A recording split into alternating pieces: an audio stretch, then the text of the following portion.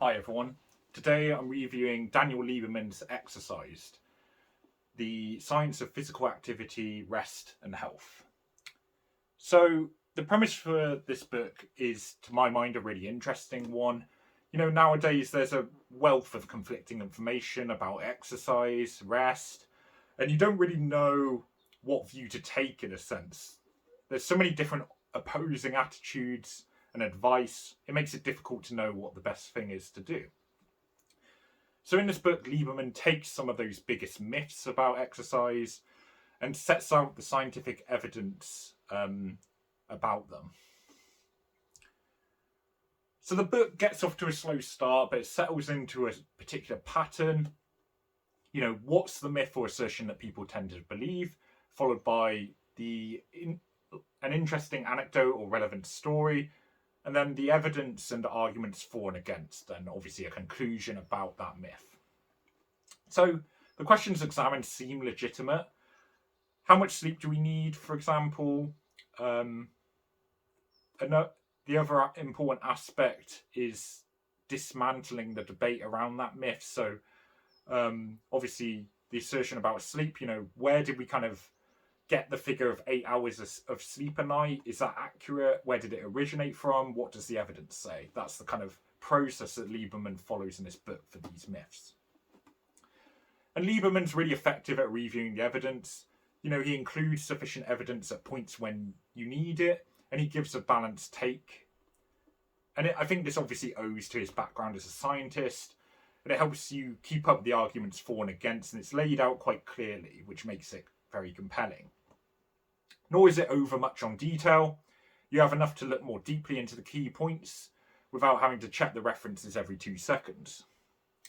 So, obviously, the main answer, though, that you probably want from this book is what is the best thing to do when it comes to exercise? Well, the kind of broad spoiler alert really is that Lieberman recommends plenty of cardio, some weights, and the main, possibly main aspect of maintaining this into older age is really important.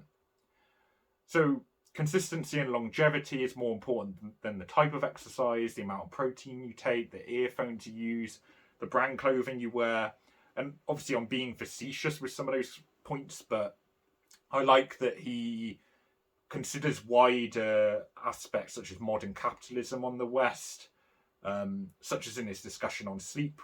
And I quote, "Even more insidiously, we have become prey to what has been termed the sleep industrial complex. People stressed about sleep are enticed to spend a fortune on high-tech mattresses, sound machines, noise-cancelling headphones, light-blocking curtains, gizmos to halt their bedfellows snoring, eye masks, and something called high-performance bedding. These mostly harmless gadgets would no doubt amuse our ancestors who slept on the ground by a fire, but we should be downright alarmed by the abuse of sleeping pills. Sleeping pills, which are highly habit-forming, are a multi-billion-dollar industry. Not counting over-the-counter medications, prescriptions for these pills in the United States have more than tripled since 1998. End quote. So you can kind of see he's considering the broader spectrum of impacts on exercise. And I think that's quite important because the cultural kind of norms and perspectives are really important when there's a lot of kind of misinformation in this age. The key is you want to know what is the science actually saying, and I should follow those kind of arguments. So other advice in the book includes a few of the different types of exercise, whether to do running, weightlifting, yoga, endurance, how sitting down affects us. That was quite an interesting topic. And the importance of exercising at different ages. The effects of exercise on risk for disease and life longevity. And I think some of it is pretty common sense, but this book does help in terms of reviewing, what things are that seem like common sense are accurate or not. Readability. I do think this book is quite readable despite the kind of level and amount of science going into it. It uses quite a lot of anecdotes to illustrate points and lead into a topic. The research done on the Hadza Tanzanian indigenous ethnic group, who are the basis of quite a few of these stories. Have popped up a lot in like other non-fiction books, especially on exercise. So it's very like a kind of contemporary scientific approach to the topic. And I do think some of the anecdotes are a bit less interesting, to be fair. When Lieberman focuses on general personal experience rather than his deep scientific knowledge, it kind of does become a little bit less interesting in my opinion, but that's a very subjective comment. Some people might like that it isn't too bogged down in the science. And it does lighten quite a difficult subject.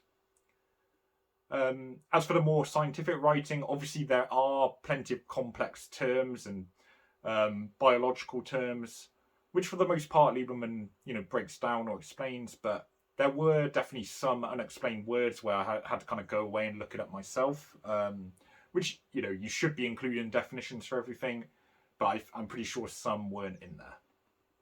So, the final score, I don't have too many criticisms of this book. I wasn't really grabbed by all of the anecdotes. And as above, I do feel that Lieberman shines when he's dissecting the scientific evidence rather than some of these personal stories. But more importantly, the book is a very considered judgment of the evidence. It's very clear in its discussion of them. And it does include the kind of socio-cultural themes about exercise, which I think is really important because there's so much like talk and debate about exercise nowadays. You kind of need to include that. And ultimately, it includes a kind of broad set of practical recommendations, which is probably the best you can hope for in a book this size about the subject. So, to conclude, exercise is broad, and all the cultural norms, myths, facts, and scientific research often do create a hazy picture.